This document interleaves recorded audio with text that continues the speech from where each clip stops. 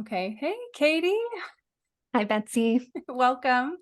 Thank you. So I just wanted to already did introduce you, but just kind of give kind of a brief overview as to how we know each other and love each other because of our experiences. So Katie and I met at the OCD and Anxiety Treatment Center. Our daughters were going there together, and we were mothers supporting and learning and growing Yeah. together. And I remember that first time that we met, we were still wearing masks.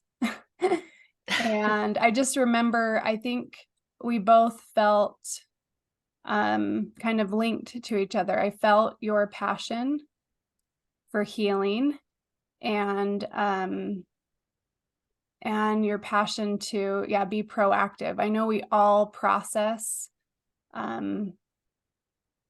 trauma and difficult situations differently, and I feel like you and I both were like, okay, how can I fight this? Or fight's probably not the right word, but how can I be an advocate and really help my family and my children?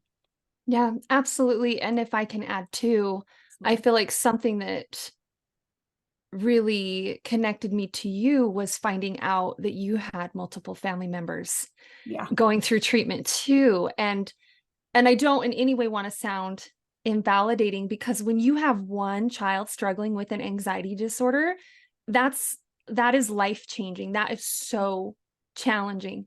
And in some of those parent meetings, just because of where I was at and in the acceptance process and trying to grieve and trying to wrap my brain around my situation, sometimes I kind of felt a little resentful and irritated, when the moms are like, my one child. And I'm like, Yes.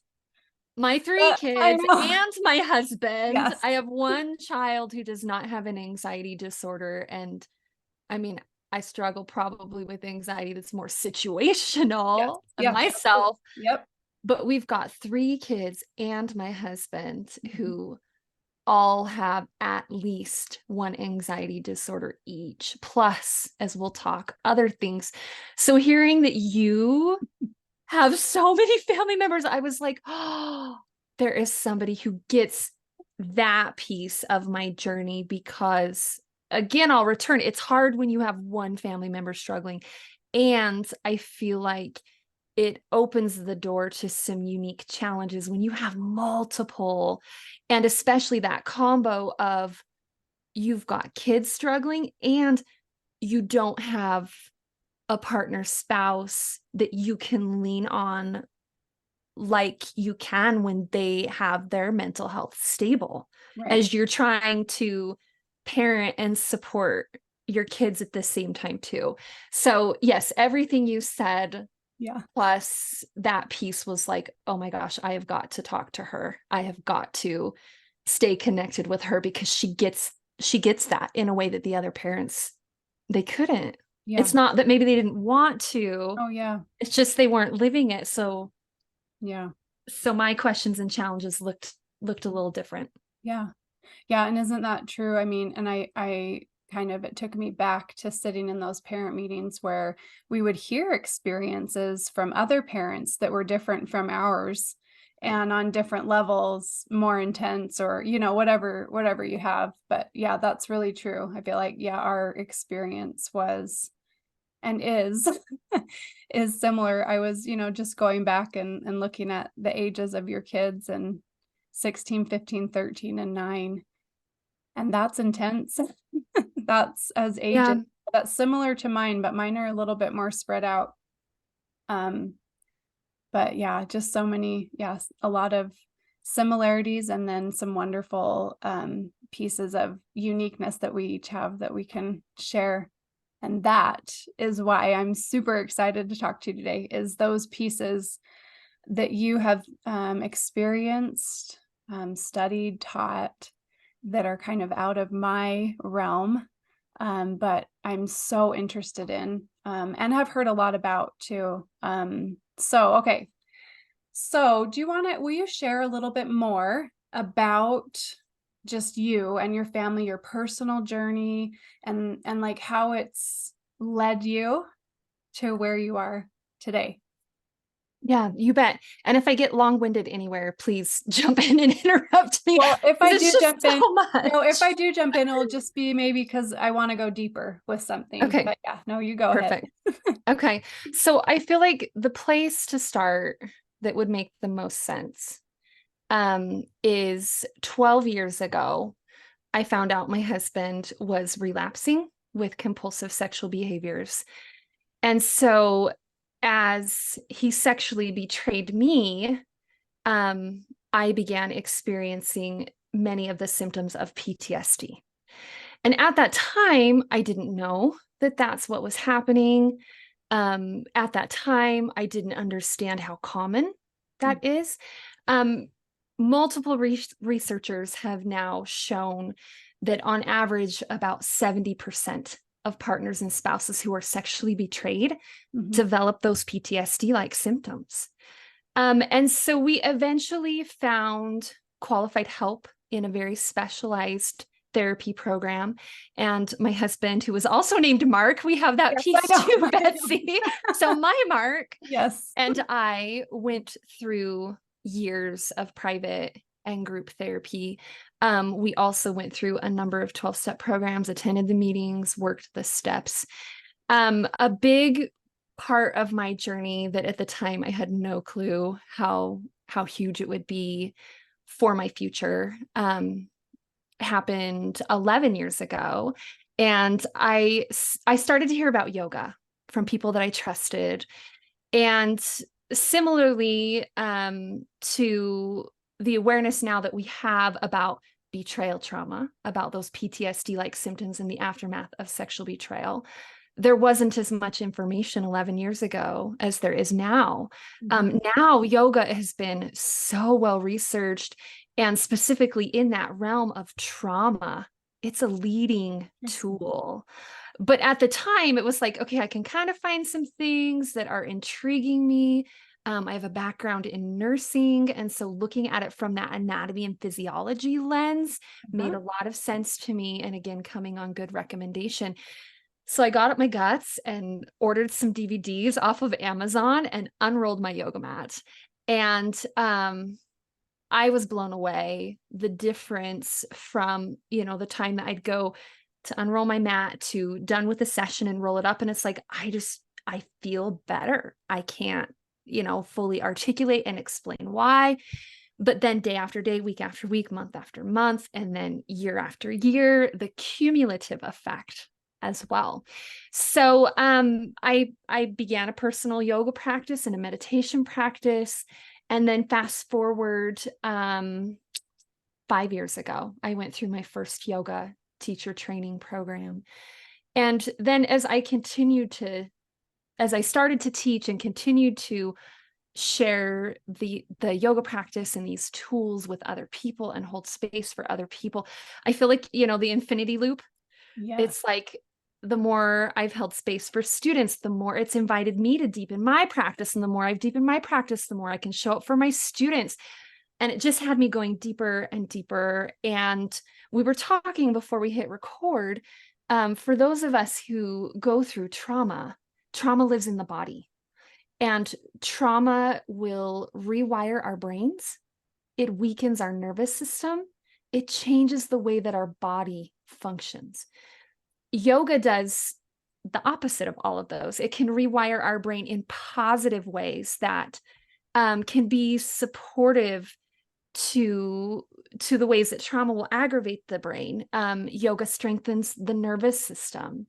And yoga can just give us that opportunity, whether we're formally unrolling our mat or we're just saying, you know what, I'm going to do a couple minutes of mindfulness breathing. Whenever we're connecting with our body in that way, that again, that cumulative effect is so powerful to shift our body into a more restful, regulated state. And it's not that we don't get mad or experience highs and lows. Like we do, but we're able to bounce back, like a rubber band. We're not being overstretched and constantly living in that fight, flight, freeze, hyper alert. Like once the threat's gone, we're able to come back. And that's what a healthy nervous system can do. Otherwise, we were talking before the recording, if we're just constantly living in that revved up state that stress and trauma will put us into, that's wearing.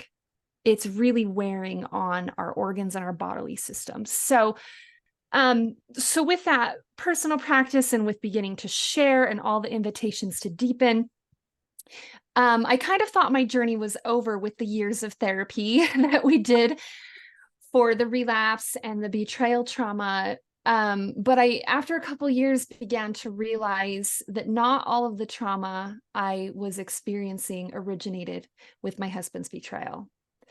And so I'm continuing my yoga practice. I pulled in EMDR. I pulled in neurofeedback, like more brain nervous system support. I picked talk therapy back up and eventually walked things back into my childhood and my youth. And we were able to uncover many of my patterns and shift some things there. Well, the next part of my journey really caught me off guard. And now as I look back, I'm like, well, of course. But at the time it was jarring, because if I'm becoming a healthier person, if I'm shifting some of my deeply held patterning to something new, of course that's going to shift how I'm showing up now. Yeah. Right. Yep. So it happened quite organically. It wasn't something that I intentionally did. It's just something that happened because I'm now a different person. Right. Yeah. And so the healthier I became, the more friction and more conflict there was in my relationship with my husband, and in some other relationships as well that were very long standing. And so I guess hit pause on that piece. So by summer 2021, I knew like there's a lot of friction in my relationship with my husband, Mark. And so then another piece to try to make sense of all of this is one of our children, we found out after he was born, the cartilage in his airway never hardened.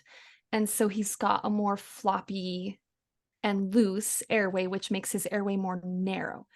This condition is called tracheomalacia, and we're very fortunate that as long as he's healthy, his airway's open enough. We just don't even, remember most days.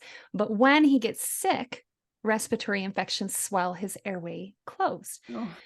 So we hit COVID. We hit the COVID years, that dreaded 2020 that sucked for everybody, right? Yes.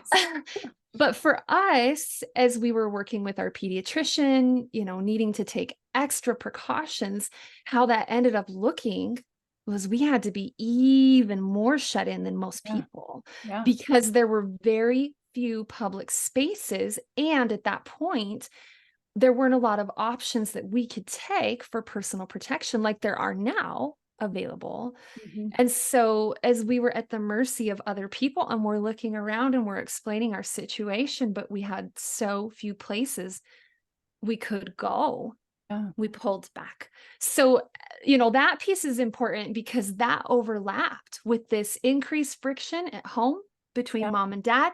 Even though, conversations are happening, we close the bedroom door and we go have a private conversation. Everybody in the whole house feels like they're walking on eggshells. They feel that friction. They feel that conflict. They feel that vibe. And then you pair that with, now that I've got an anxiety disorder vocabulary. Yes. We pulled back. And so the number, the amounts, the variety of exposures I could offer my kids was like nil. We had an 8-month window where our pediatrician had us keep our 2 youngest kids out of all public indoor spaces. And that overlapped for 2 months with, I don't know if you got the bad smoke that summer, a couple summers ago, Betsy, where you live. I'm sure. But the smoke was so bad that we couldn't go outside either. So I couldn't take these kids anywhere indoor, and we couldn't handle being outdoor because the smoke levels were so bad. Like These Yeah. kids could not have the opportunities that they needed.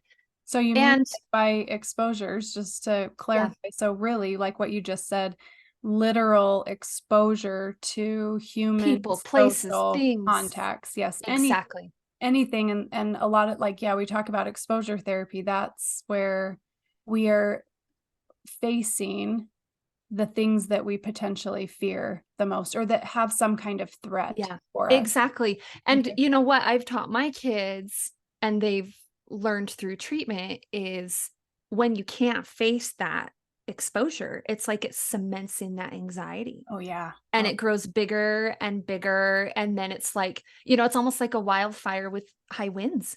yeah. Then Well, this anxiety is jumping from, the one trigger to now it gets to the point where they can't even function in their daily life because they are so frozen from this fear. So, now, and I'll explain in just a second, but now that I know what I know, I'm like, holy smokes, these kids had this written on their DNA to have this right. potential because all of the diagnoses that my kiddos eventually got are highly, highly genetic. But then because of the environment that they were in, it's like Yeah. it flipped the switch. Right. So finally, by last spring 2022, I got up my courage and I'm like, something is not right for 3 of my kids. Hmm. And it was a 5-month wait list from the time that I spoke up until they got in with the neuropsychologist. He did a full psychological evaluation on all 4. I told him, I'm not worried about the one, but the one Right. lives with all of Yes. this. So we Right. better Yes. evaluate him Yeah. Yeah. too. And, it just was interesting because he went through the neuropsychologist went through the evaluation process, but he waited to give the diagnoses until one appointment for all 4. Okay. And so the one that we weren't concerned about, we were right. He didn't get any diagnoses, but it just was so interesting, Betsy. Like, he not only doesn't struggle with anxiety disorders, but his IQ is like through the roof, like polar opposite from all of the Interesting. other diagnoses that we got for other kids. And I feel like, that shows, you say nurture versus nature, like it's Yes. both Yes. factored in. Right. Hmm. This kiddo was raised in the same environment as the other 3. He has nothing diagnosable, and in fact, he's doing great. That's crazy. To me, That I is feel like really that interesting. Hmm. reinforced, like, he didn't get that DNA expression. Yes. I don't Yeah. know how he got so In lucky with some all the ways, things. that's kind of validating for me because, I've got Right, all 4 of my kids and my right. husband. And so there have Yeah. definitely been thoughts where I'm just like, did we? Do something Yes. wrong. I know that Yeah. there's the DNA, the Well, and nature part of it, but that's really right. fascinating. And they taught us when I went through a NAMI class, specifically about OCD, Betsy, it's like Mhm. 25% chance. If you have a blood relative with OCD, you have a Oh, 25% good. chance of having OCD. That one's Okay. like highly, That's highly genetic. yes, that's So very so high. we got the one kid with nothing, and in fact, like, brilliant. And then between our 3 other kids, we received 11 diagnoses that day Oh, between mental health conditions, which all of our kids are some form of anxiety, uh-huh. developmental Mhm. disorders, and then learning disorders. So, as I'm sure you can imagine, that first day, it was like first feelings like, okay, I feel validated Right, because I yes. knew the 3 that were struggling are struggling, but not even like they are struggling. Yes. And I've read so many parenting books and I've taken so many classes and I've just tried to figure out, how do I need to change my parenting? Mhm. Because I thought it was that, I'm not being connected enough to them, or I'm not disciplining them in the right way. But it's the biological Yeah, piece that needed to be addressed, right. which hopefully, maybe we can hit on a little bit of what that's looked like. But then the environmental piece too had to shift. Yeah, And I couldn't parent that. I couldn't parent the biology away, right. and I couldn't fully parent away the environment because I'm one of 2 parents, Yes. right? Mhm. So, it was overwhelming that first night. I just really let myself just cry and sit with it and process it. And I know some parents are on the fence about or maybe even strongly opposed to getting their children diagnosed. I can see the fear of labeling their kids, they Right. may be hesitant. Mhm. But for me, in my situation with my kids, and especially where there's so much going on, the diagnostic process I feel was critical because it helped to tease apart, it helped to rule out, it helped to confirm. And a huge blessing of getting the diagnoses is, as the neuropsychologist laid down each diagnosis, he put in a paragraph of Yes, resources and I do. supports and, Yeah. okay, you're going to need to talk to your doctor about medication for this. You're going to need to do this type of talk therapy. Read this book. Here's Yeah. where you can go. So What's that amazing about that too is that you've got all those resources, but then one thing I know that you would agree with on that I advocate so highly is even with all that, that's just information for you then as a parent intuitively to move forward with. So exactly. you have all the tools or at least more tools than you would have had before. It doesn't mean I've learned that just because the Right. doctor Oh tells you no. to do this, that's what you do for your child, but it does give you that option for you to listen and say, okay, is this where I want to go? Or is this going to be best for my child? Yeah, this might be a good thought to jump in there is that next day I picked up the phone and started calling. Mhm. And with my two older kids that received, a slew of diagnoses each, it really was just, okay, let's start moving forward with medication options. Again, I know that's not great for a good fit for every parent and Right. child, but for us it was. So let's get the ball rolling there. Let's get the ball rolling with therapy for the older kiddo who had a learning disorder diagnosed. Like, let's get the ball rolling with tutoring, and let's shift you from homeschooling to charter school and get special ed involved. So for the two older kids, it was just like, okay, let's start these Yeah. balls rolling from the different angles. But my 9-year-old, he has oppositional defiance disorder. I don't know what you know about that. Yeah. He I has know of it generalized at least. anxiety. Okay. Yeah. He has generalized anxiety disorder and OCD. So it's tricky because, here's our kiddos went through treatment. We learned with the anxiety that they're supposed to challenge the thinking errors, but then with OCD, you don't really want to play into the intrusive thoughts.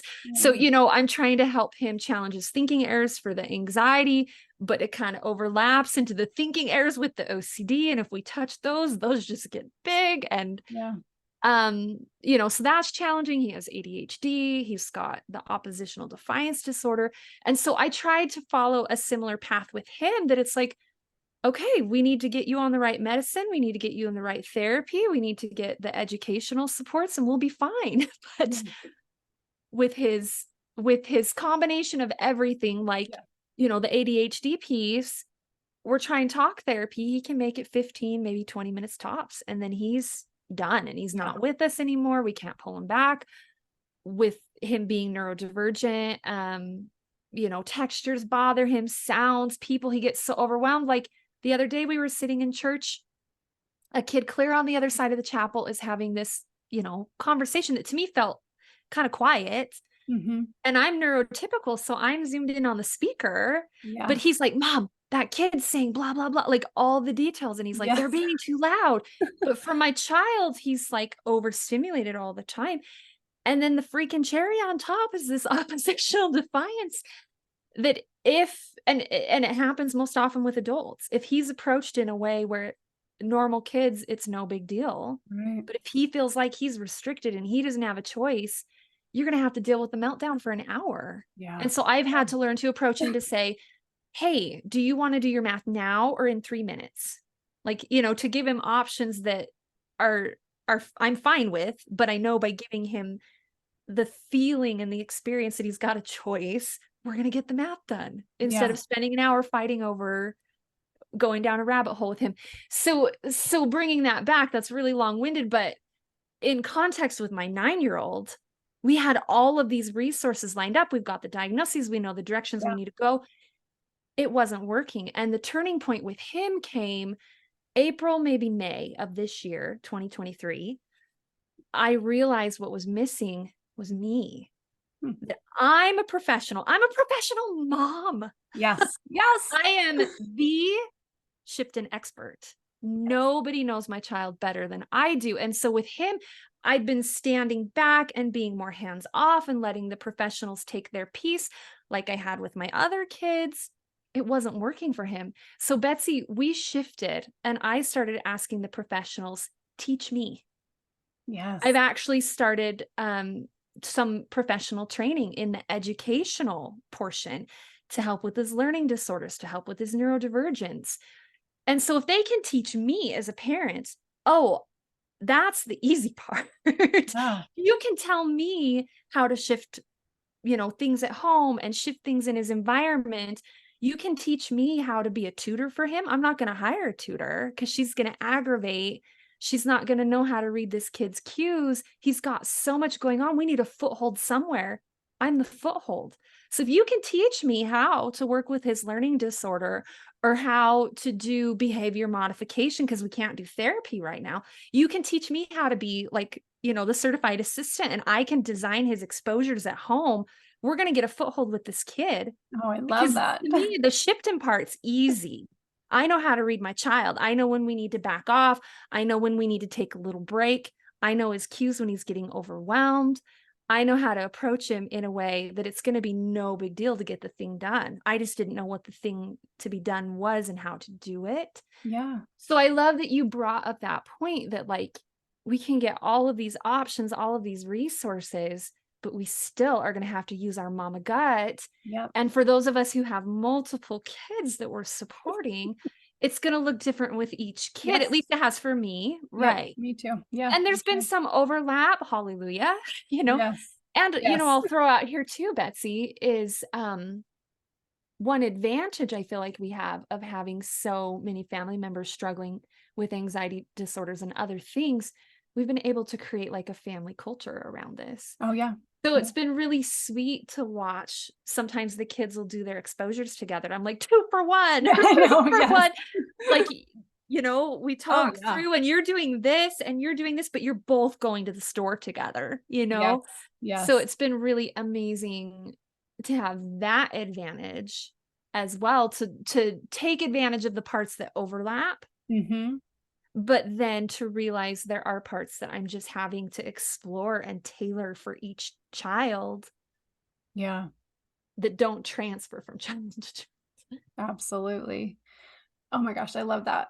So, can you think of maybe like because we've been kind of talking generally, can you think of um kind of maybe how your life has shifted, like with all these elements, that you've brought in step by step? I sent a text to my daughter, adult daughter, the other day. Something, I can't remember exactly what it was, but something kind of fell into place for her. And I texted her and I was like, isn't it beautiful how life unfolds? And then afterwards I said, most of the time we don't realize how beautiful it is until we get to the other side. But I can see that with you, how there are like all these pieces to your puzzle that when they were happening were so intense and excruciating, yet you've built something.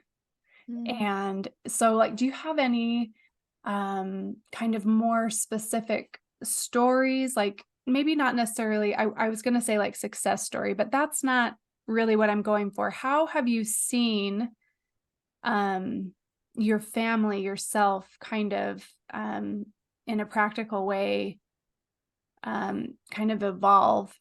And is there like a little story or example that you could give me that would be a little bit more, or not more, that yeah, that we would kind of be able to, Be more um concrete. yeah, yes, concrete. That's So my maybe, I don't know if this is where you're thinking, but this is where my mind's going. So stop me if that you're would like, no, it'll be great. You go. um, it's tricky because like any relationship isn't just one person, right? Yeah. And so when you look at a family, it's made up of each individual, and depending on where each individual is, depends on what we can co-create Yes, together, yes, right? absolutely. Yeah. So as we've just had so much influx with individuals, individuals have needed to evolve before our family could shift. Does that make sense? So if you're open to this, like an example of shifts that I've seen in one individual and then how that's rippled out into the Yes. family. Oh, I would love that. Yes. So, and this is really cool actually to bring up because we just had an experience with this just a few days ago. But my oldest child, one of their big triggers has been needles. And so any doctor's appointment, any dentist, like the anxiety would be through the roof. And this is my kiddo that I met, Betsy. So Oh, this yeah. is a child that qualified for intensive outpatient, meaning like the anxiety was impacting their daily living. Mhm. So like high levels of anxiety. So every time they would have to have cavities filled, they were going under general anesthesia. Every doctor's appointment was like a tummy ache and trying to talk out of, Yeah. and it's like, you're not even getting shots. You're just getting your teeth cleaned or you're just having a checkup, but they just couldn't, Yeah. see that. And so where we were at 12 months ago with this kiddo, with this exposure, if we had to go, like we had childhood vaccines that had been put off for 4 years Mm. because anytime a needle was involved, they would get sweaty, they would get shaky, hyperventilate.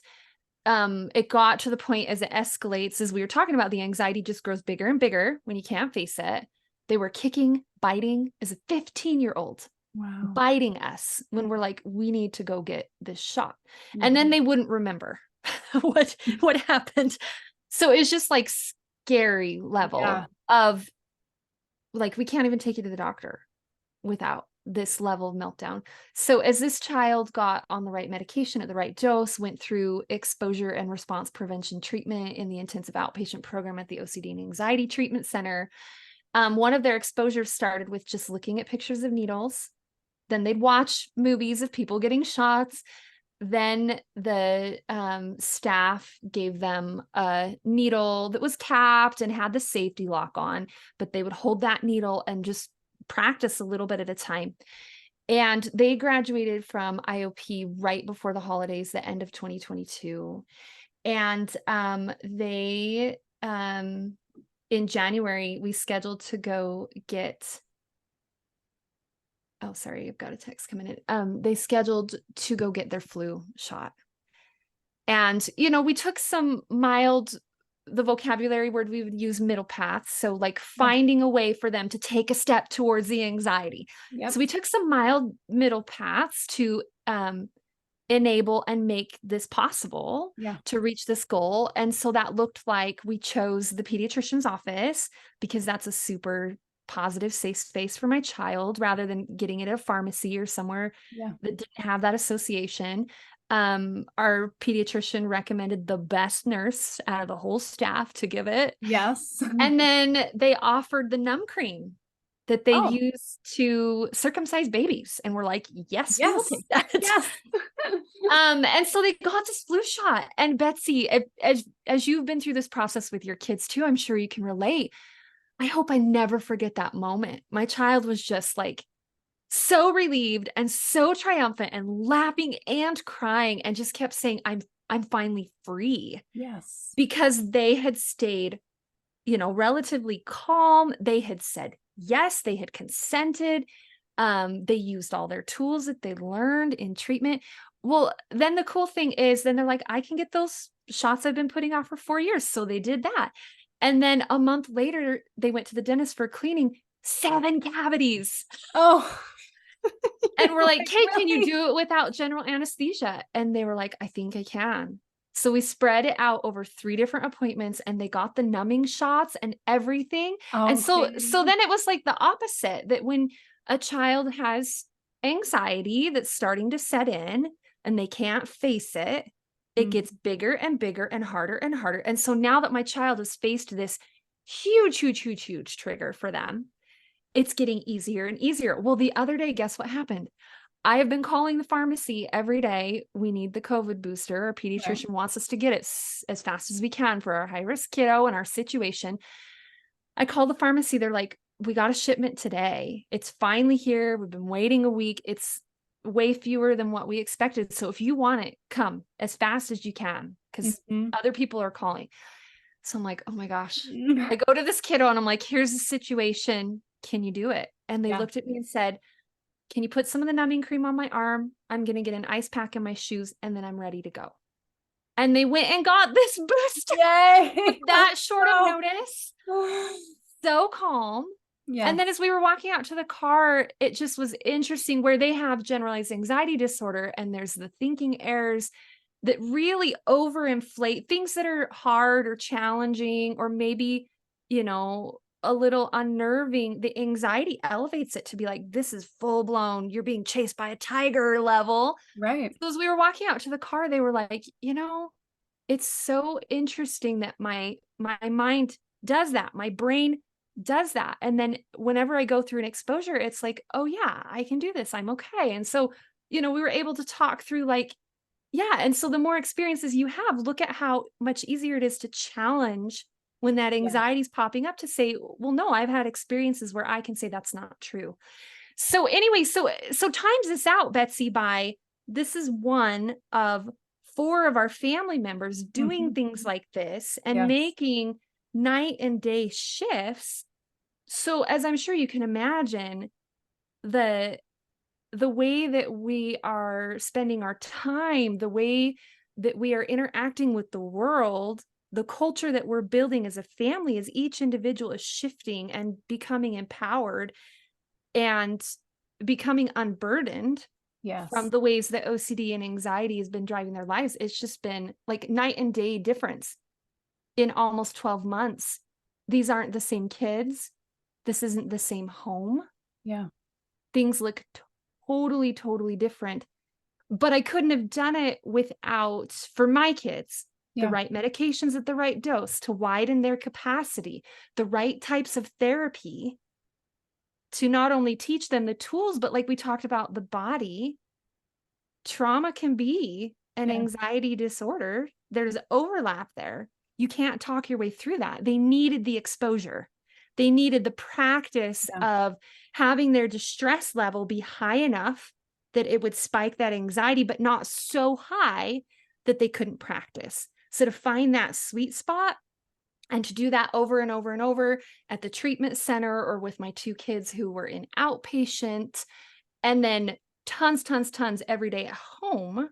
Yeah. I mean, it's almost funny. We're like, let's make an exposure. Like that's like a vocabulary phrase now Yes. in our Oh, I house know. It that we're is. like, what middle path? What, like right now I've got a capped needle with a safety lock sitting on my kitchen table for my 9-year-old who's got to get his COVID and flu done, that, Yeah. like he's holding that needle and we're setting a timer every day and we're pulling up videos on YouTube to get Yeah. him that practice that he needs to meet that distress. So you multiply that out by multiple family members who have been so burdened and in bondage by this, and now they're not. Yeah. It's just, it's mind-blowing to be to this point compared to where my kids were, 12, 13 months ago. Yeah. It's crazy. Yeah. Oh, that is beautiful. Yes, thank you for sharing that. So from that, what I'm hearing, and from, we've had similar yet different experiences, trying to kind of simmer it down for someone who's listening, who doesn't know where to start. Do you Right. know what I mean? Like, I think that, like, I look back on a few years ago and just how lonely that feels, how devastating, Yeah. isolating. I mean, just all the things. What are some things that you would suggest, as far as, and you've mentioned some of them, but maybe consolidate, let's, kind of revisit those. What are some first steps in kind of that path Yeah. as you're seeing? Because like you said, you saw that there were some things happening with the people that you love in your life. We can tell Yeah. these caregivers, as a mother, as a friend, as, I mean, whoever you are connected with that you love and care about, we have that intuition. We can tell when something is just, oh, they're having a bad day, to something's not right and needs to be treated in some way. How do we move forward with that? I feel like for me with my kids, and especially where there's neurodivergence in the mix too. Like some of the things I feel like they were kind of born a little quirky, you know? So Yes. it's like, okay, this is normal behavior for them. Yes. But as I started watching their peers, I'm like, I'm not seeing that, you know, in their friends. So that, you know, put a big question mark there. Mhm. Also, like watching over time and patterns that Mhm. as I'm parenting in all the ways the best parenting books say should work, my child's still hung up on things. Yeah. And so as I'm trying to guide them and move them through, it's like they're not moving out of Mhm. that. Like it's a phase that's not ending. Right.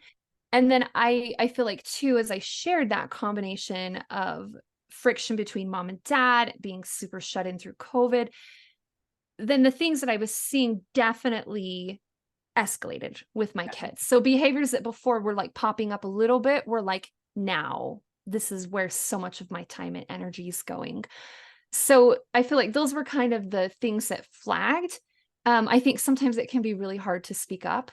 That takes a lot of vulnerability because sometimes as you're watching this, you can feel kind of crazy. And I think for me, where the majority of my kids struggle with things, it was hard for me to kind of know what was normal Yeah. childhood development, meaning too, I know that home, I want to be the safe space where my kids know they can relax. And so I'm anticipating that's probably where I'm going to see the worst behaviors, Yeah. hopefully, Yeah. is Mhm. because they're home. So I didn't feel like I had a good gauge on that Mhm. because I had more kids struggling than not. So speaking up, finding places where you feel safe to do that. And if you try with one healthcare provider or one professional and it's not getting through, don't give up, find another. Yeah. Something else that helped me a lot is once I started to realize I think there's something going on. Mhm. I have great friends and I brought it up with a friend that I feel very comfortable with. And she's like, oh, I have a neuropsychologist that I could give you a great referral because me too. Here's what happened with my children. And so, you know, you can also ask around in your friend groups, or maybe even if you are part of a Facebook community, somewhere where you feel safe, the moms are going to know. The moms are going to know who to refer, and especially if it's a local, you know, place. So speaking up, something else that was really critical. I love that you're like, let's simmer this down because I'm in a different place than I was Yeah. 13 months ago, right? Yep. Yep. I completely cleared my calendar. I have done nothing professional because for me to get all of these diagnoses on my plate, I knew I was going to have to shift Yeah. my focus. So anything that I could pause, anything I could put off, even better if I could drop that plate, I Yeah. did. Because I mean, Betsy, you did this too for us to have our child in the IOP program in Bountiful. I was driving 10 hours a week, and Yeah. then they were in treatment for 15 hours a week. We did that for 7 weeks, just that one program for that one child. Child. Yes. So I feel like for me, and maybe that's applicable to others, it was critical that I simplified where I could so that I could have my focus on my kids and what they were needing and not feel guilty. And I recognize not everybody has that, you know, Right. luxury, but I feel like for me, that was really critical to be able to just let go so that I Yeah. could show Oh, up hard for my kids and make them be the priority, you yeah. know? Mhm. So then it was just like, take it one step at a time. And I put up some reminders around the house. I'm religious.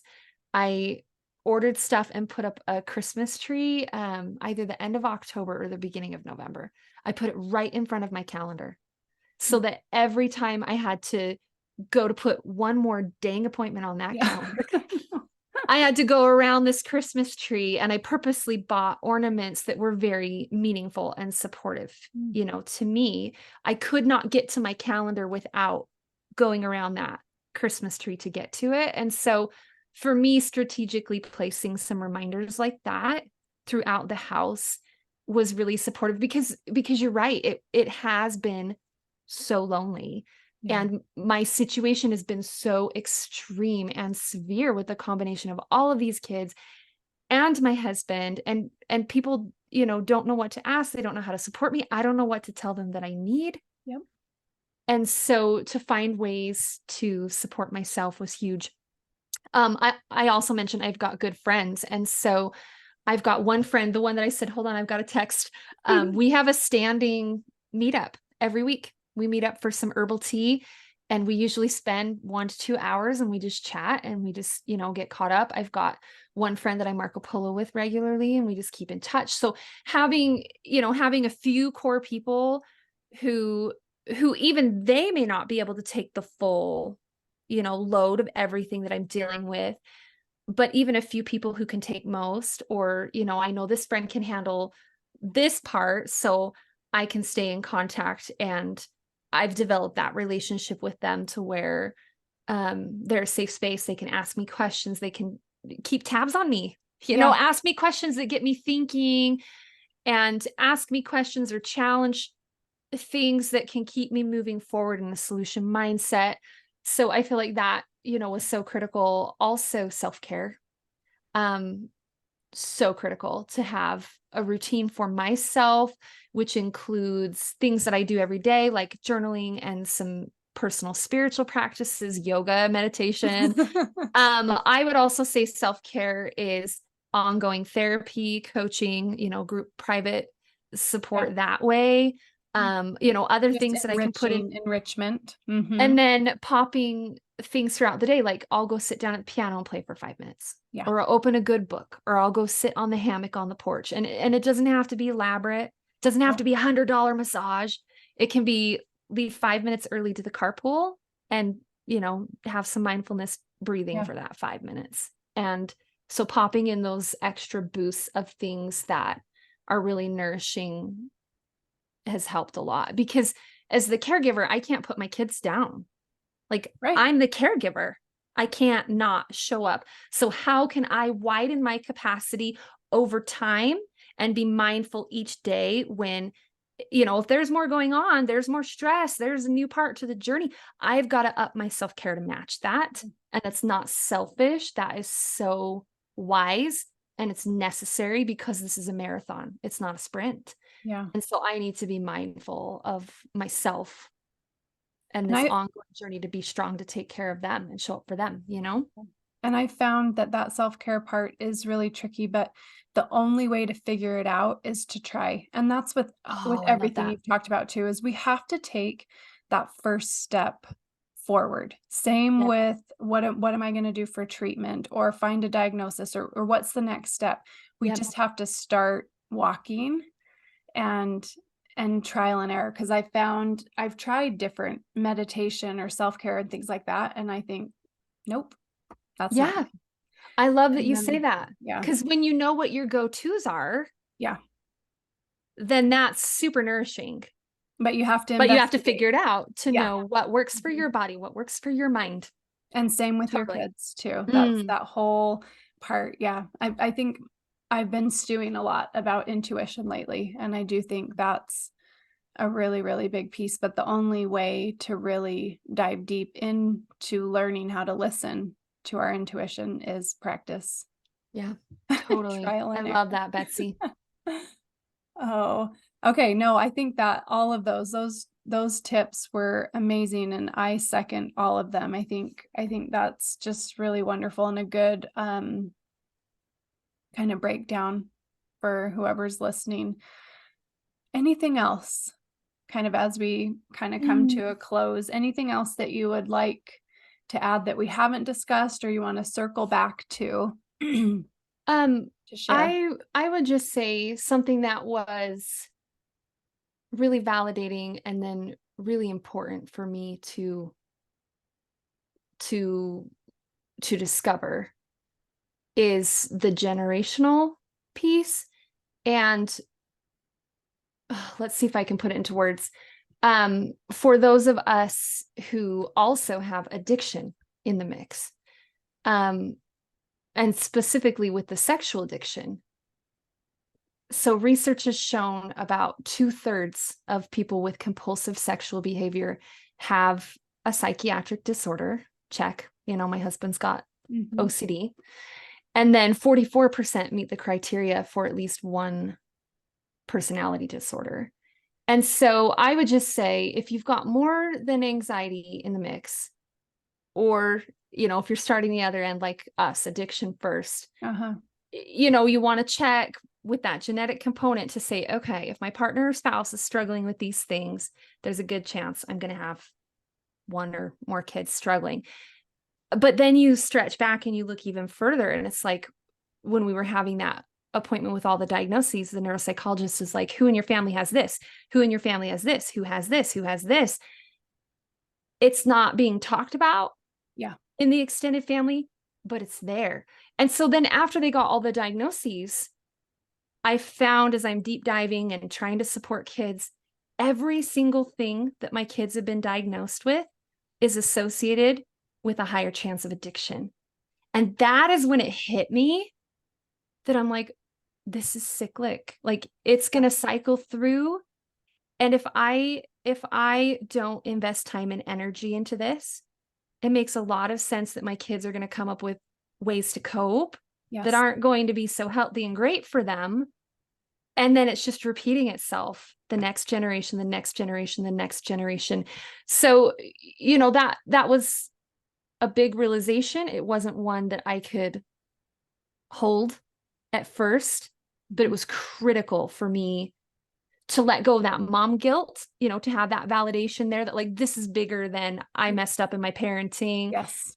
But then also to put a fire under my feet to say, I am going to be a voice to start moving that needle towards healthy. And I am to a place of acceptance that when you've got so much going on generationally like this too, and you've got so much in the mix, it's more than what one person can handle all alone in their single lifetime. But that doesn't mean I should give up and not try.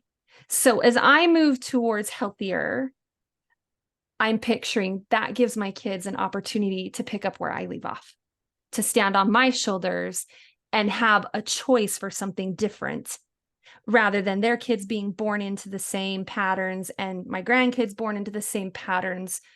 We're disrupting that pattern. We're disrupting the cycle.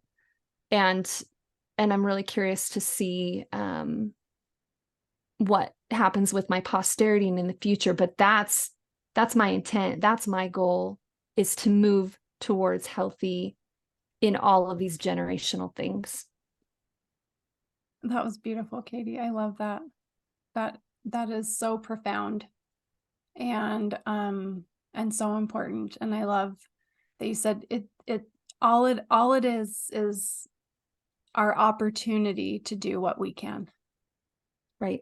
Yep. And And then a lot of surrendering. let the others around us take care of their stuff, and or come along hand in hand with us. But you're right. And that surrender piece, there's a lot of that as I even physically take a deep breath Oh, I and love let it that. out as you say surrender. So I love that. oh my gosh, what a joy to talk to you. Thank you so much. I am so excited to kind of reflect on all of this, to put all the pieces together, to kind of put this podcast together. I will leave plenty of links. I will have several links of how you can find Katy. She's on Instagram and Facebook. She's got a website. Like she said, she is hoping this spring, let's see, you're hoping in February to start taking some coaching clients on. And oh my gosh, what a wonderful, wonderful focus, trauma sensitive yoga and relationship trauma based on neuroscience and somatic movement. That is so exciting. So I'll leave those links. I'll also leave some other links or just information kind of supporting what we've talked about for whoever is listening. So thank you, Katy. It's been a Thank you so joy. much for your time, and thank you for your friendship. And Yes. I'm thrilled that this is being rolled out. What a gift to people to have this podcast. Well, thanks for being here. It's been great. Thanks, Betsy.